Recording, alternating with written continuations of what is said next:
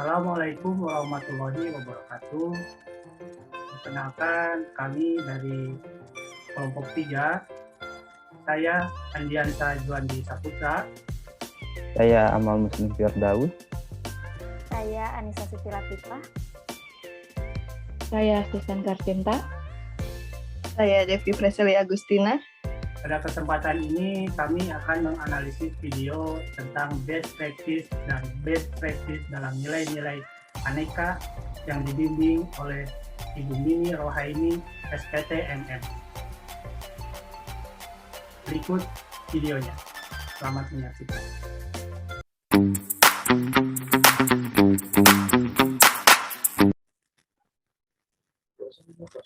Adalah salah satu guru honorer di Sekolah Dasar Negeri 53 Tabatan, Desa Posi, Kabupaten Luwu, Sulawesi Selatan.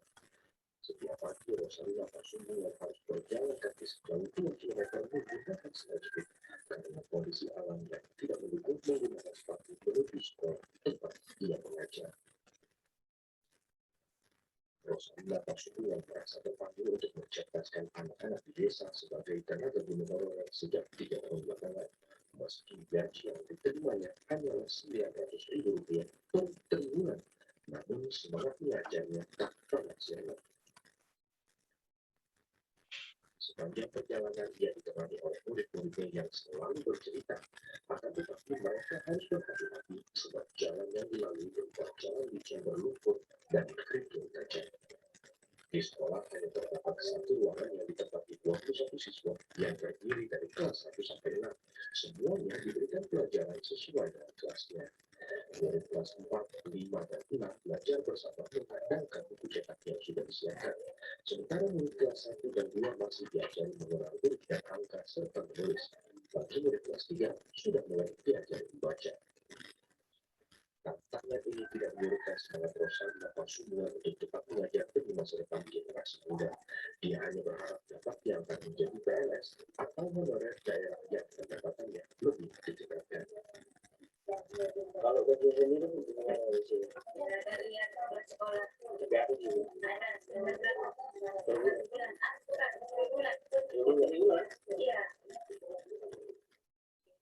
Bisa bertahan dengan kondisi seperti itu. Dengan gaji ya enggak selain itu dirinya berharap agar bangunan sekolah dan akses jalan diperbaiki karena bukan tidak mungkin anak-anak di desa ini akan menjadi pemimpin Indonesia di masa yang akan datang. Nilai akuntabilitas. Akuntabilitas merujuk pada kewajiban setiap individu, kelompok, atau institusi untuk memenuhi tanggung jawab yang menjadi amanahnya. Amanah seorang abdi negara adalah menjamin terwujudnya nilai-nilai publik. Akuntabilitas adalah kewajiban pertanggungjawaban yang harus dicapai. Nilai akuntabilitas pada video tersebut yakni ibu guru tersebut mampu melaksanakan kewajibannya sebagai tenaga pendidik dengan memberikan pelajaran sesuai kelasnya dari kelas 1 sampai kelas 6 sesuai tingkatan kelas. Selanjutnya, dilihat dari segi nasionalisme. Nasionalisme adalah pemahaman mengenai nilai-nilai kebangsaan. Nasionalisme dapat diartikan sebagai cinta dan bangga terhadap tanah air dan tidak menganggap rendah bangsa lain. Hal yang dilakukan oleh Ibu Rosalina Pasumbulan sangat mencerminkan semangat nasionalisme untuk mewujudkan cita-cita bangsa Indonesia, yaitu mencerdaskan kehidupan bangsa, ditunjukkan dengan sikap saling membantu demi kepentingan umum dengan tujuan yang mulia, yaitu ingin mencerdaskan anak-anak yang ada di desa tersebut. Ibu Rosalina mampu mengaktualisasikan nilai-nilai nasionalisme dalam menjalankan profesinya sebagai pelayan publik atau pendidik yang berintegritas, memiliki jiwa nasionalisme Pancasila yang kuat dalam menjalankan fungsi dan tugasnya. Hal itu yang bisa diteladani dari sikap Ibu Rosalina Pasumbulan kepada seorang ASN yang berperan sebagai pelaksana kebijakan publik. Jiwa nasionalisme Pancasila ini harus menjadi dasar dan mengilhami setiap gerak langkah dan semangat bekerja untuk bangsa dan negara. Selanjutnya, etika publik. Dalam video tersebut, kita bisa melihat bahwa Ibu Rosalina mempunyai etika yang baik. Terlihat dari refleksi yang dilakukan dengan rela setiap harinya berjalan kaki dengan sejauh 2 km demi mengajar, meskipun hanya digaji sebesar 900.000 per triwulan. Dari Ibu Rosalina pula, kita bisa menerapkan nilai-nilai dasar etika publik sebagai ASN di lingkungan kerja kita, seperti profesional dalam menjalankan tugas dan bertindak secara baik meskipun banyak tantangan yang dihadapi. Lalu, adanya komitmen untuk memelihara dan menjunjung tinggi etika dengan memberikan layanan prima kepada anak-anak muridnya secara jujur, tanggap, dan santun demi menghasilkan anak-anak penerus bangsa yang berkualitas. Dilihat dari komitmen mutu, apa yang dilakukan oleh Ibu Rosalina tersebut, bekerja dengan melewati jalan yang jauh karena tidak adanya akses kendaraan. Secara mutu kerja sangat baik karena mampu memberikan hasil kerja yang maksimal. Karena beliau mengerahkan jiwa dan raganya memberikan pengajaran kepada siswa-siswi di pedalaman yang jauh, yang memang mereka membutuhkan ilmu untuk bisa membaca dan menulis sesuai dengan kurikulum yang ditetapkan oleh pemerintah. Secara orientasi dan mutu yang dilakukan oleh Ibu Guru Rosalina tersebut sesuai dengan harapan karena telah memberikan pengajaran mulai dari pemberian penjelasan mengenai materi, tugas, dan bimbingan pengajaran sesuai yang ditetapkan oleh pihak sekolah. Nilai dasar ASN yang terakhir adalah anti korupsi. Dari video tersebut, kita bisa melihat perjuangan seorang guru pelosok. Kita bisa ambil 2 contoh nilai anti korupsi. Yang pertama yaitu peduli. Beliau peduli akan nasib pendidikan di pelosok negeri. Walaupun dengan keadaan seperti itu, beliau masih semangat mengajarkan anak-anak di desa tersebut. Yang kedua yaitu yang masih serba sulit. Guru tersebut bisa bekerja keras dengan harus berjalan dari sekolah.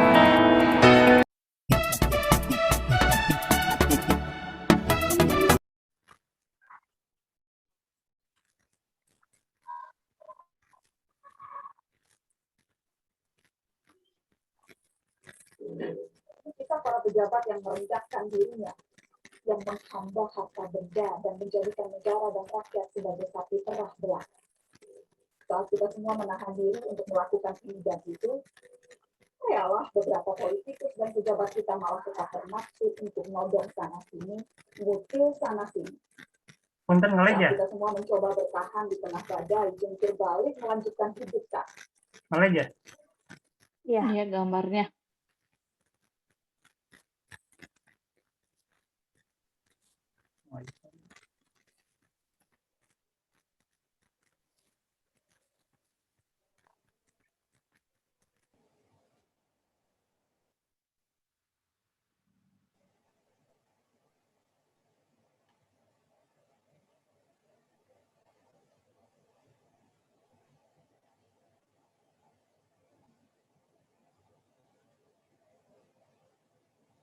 Gak ada suaranya, Kang.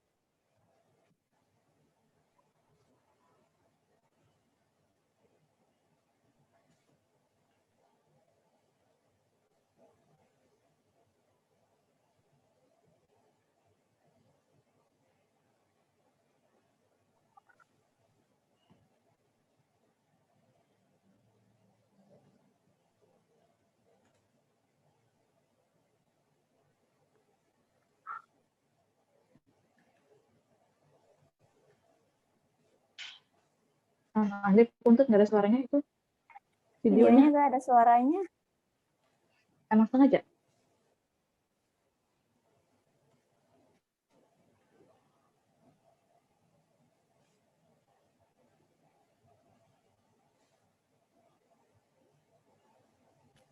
Putus-putus ya? Nggak ada suaranya. Bukan putus-putus. Oh, nggak ada suaranya, nggak keluar. Nggak ada, nggak. Hmm. Ini dia suatu ini godaannya. Ya Allah.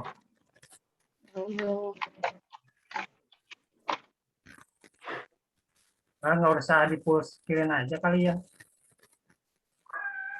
Oh, karena saya nge-mute kali ya, baru jadi nggak ada keluar suara kali ya teh ya. Berarti nggak boleh di-mute nih saya nih. Ya, coba lagi nih. 3, 2, 1.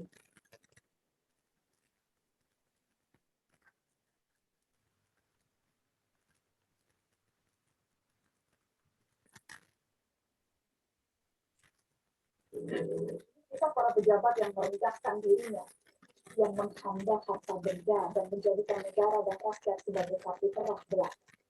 Saat kita semua menahan diri untuk melakukan ini dan itu, ayalah beberapa politikus dan pejabat kita malah tetap bernafsu untuk nodong sana sini, ngutil sana sini. Saat kita semua mencoba bertahan di tengah badai, jungkir balik melanjutkan hidup saat semuanya begitu sulit, para politikus dan pejabat juga tetap berakrobat dengan anggaran. Entah berapa ratus ribu orang yang sudah di PHK, yang usahanya bangkrut, yang penghasilannya merosot. Tapi itu tak mengurangi nafsu para pejabat rakus yang tidak punya harga diri. Menteri Kelautan dan Perikanan bersama beberapa staf khusus dan pejabat kementerian meminta cashback dari setiap benih lobster yang diekspor. Mereka memakai uangnya untuk berbelanja barang-barang mewah, persis ketika kebanyakan dari kita sedang mati-matian bertahan memenuhi kebutuhan pokok. Saat banyak orang pelingkungan mencari ruangan perawatan karena kamar-kamar rumah sakit sudah sesak dengan pasien COVID, Wali Kota Cimahi malah memperjualbelikan izin pembangunan rumah sakit. Dan begitu pula kebijakan Kementerian Sosial berikut dengan menterinya sekaligus malah menodong para vendor dengan uang cashback. Mereka meminta Rp10.000 dari setiap paket bantuan sosial. Paket senilai Rp300.000 untuk meringankan beban hidup rakyat. Teganya dipotong untuk dinikmati sendiri. Dan itu dilakukan oleh mereka yang disumpah untuk membantu rakyat bisa bernapas lebih mudah di tengah himpitan hidup. Inilah arti kebejatan yang sesungguhnya. Ampun ya Allah. Sejak awal, dana triliunan rupiah yang digelontorkan dalam bentuk bantuan sosial memang rentan diselewengkan. Tidak banyak yang memprediksi potensi ini. Mungkin memang kita tidak sadar, tapi bukan berarti kita harus maklum, bukan berarti kita tidak boleh marah. Kasus-kasus korupsi di tengah pandemi membuktikan kompas moral para politikus dan pejabat kita memang sedang berada di titik terendah. Bahkan pandemi yang membunuh banyak orang, menyengsarakan banyak orang, tak membuat para pelaku menahan diri dari hasrat memperkaya diri sendiri. Pandemi justru menjadi peluang untuk menggarong lebih banyak. Kegentingan dan kedaruratan justru jadi ruang baru untuk bertindak lebih brutal, lebih banal, lebih ugal-ugalan, dan lebih tidak tahu malu.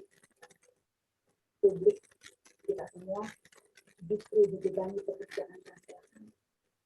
Selain harus bertahan hidup, kita justru harus lebih teliti mengawasi kebijakan dan penggunaan anggaran.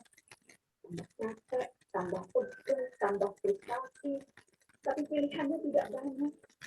Semakin kita apatis, semakin senang mereka menggasak uang negara. Pandemi terbukti melahirkan kebiasaan-kebiasaan baru. Kecuali perilaku para politikus dan pejabat kita. Sudah sebegitu bangkrutnya moralnya. Memang kita tidak kaget, tapi sangat wajar dan sangat pantas untuk kita marah. Yang pertama, aspek akuntabilitas. Dari video tersebut, kita bisa melihat bahwa para pejabat dan menteri yang korupsi tidak mencerminkan sikap akuntabilitas yang pada prinsipnya adalah suatu kewajiban jabatan dalam memberikan pertanggungjawaban laporan kegiatan. Dengan kejadian ini, bisa dilihat bahwa para pejabat dan menteri tidak menerapkan aspek-aspek akuntabilitas yang dimana aspek tersebut berorientasi pada hasil yang tidak dijalankan dengan seharusnya. Dana COVID untuk membantu rakyat kurang mampu menjadi tidak maksimal dalam pendistribusiannya, yang nyatanya dana tersebut malah dikorupsi. Maka dari itu penting sekali menciptakan lingkungan kerja yang akuntabel, yang tercermin dalam transparansi, integritas, tanggung jawab, keadilan, serta konsistensi. 2. Dari segi nasionalisme. Definisi nasionalisme adalah suatu sikap politik dari masyarakat suatu bangsa yang mempunyai kesamaan kebudayaan, dan wilayah serta kesamaan cita-cita dan tujuan. Dengan demikian, masyarakat suatu bangsa tersebut merasakan adanya kesetiaan yang mendalam terhadap bangsa itu sendiri. Pada video pejabat korupsi tersebut, dapat dikatakan mereka para koruptor sudah jelas tidak memiliki jiwa nasionalisme. Tidak ada cita-cita suatu bangsa yang malah menggerogoti bangsanya sendiri. Bangsa yang nasionalis adalah bangsa yang mampu bahu-membahu kemajuan bangsa. Seperti tujuan bangsa Indonesia yang terdapat dalam pembukaan UUD 1945 alinea 4, yakni 1. Melindungi segenap bangsa Indonesia dan seluruh tumpah darah Indonesia. 2. Memajukan kesejahteraan umum. 3. Mencerdaskan kehidupan bangsa. Dan 4. Ikut melaksanakan ketertiban dunia yang berdasarkan kemerdekaan, perdamaian abadi, dan keadilan sosial. Tujuan bangsa ini tidak akan tercapai jika masih ada tindakan korupsi yang tentunya bisa merusak persatuan dan kesatuan bangsa. Selanjutnya, dilihat dari segi etika publik. Etika publik adalah refleksi tentang standar atau norma yang menentukan baik atau buruk, benar atau salah, perilaku, tindakan, dan keputusan untuk mengarahkan kebijakan publik dalam rangka menjalankan tanggung jawab pelayanan publik dalam mengemban tugas. Dari video tersebut, terlihat para pejabat dan menteri dari Kementerian Sosial yang seharusnya berperan sebagai pelayan publik untuk masyarakat yang disumpah untuk membantu dan melayani rakyat, malah melakukan korupsi dana bantuan sosial untuk memperkaya dirinya sendiri. Hal tersebut sudah melanggar nilai-nilai dasar etika. Sudah tidak ada lagi nilai-nilai kejujuran, solidaritas, keadilan, dan kesetaraan. Mereka yang melakukan tindakan korupsi pada masa pandemi tidak memiliki kode etik pejabat publik. Mereka yang tidak mempunyai etika cenderung menjadi tidak peka, tidak peduli, dan bahkan melakukan diskriminatif, terutama pada masyarakat kalangan bawah yang sangat merasakan dampak dari pandemi ini. Oleh karena itu, dengan diterapkannya kode etik aparatur sipil negara, perilaku pejabat publik harus berubah. Pertama, berubah dari penguasa menjadi pelayan. Kedua, berubah dari wewenang menjadi peranan.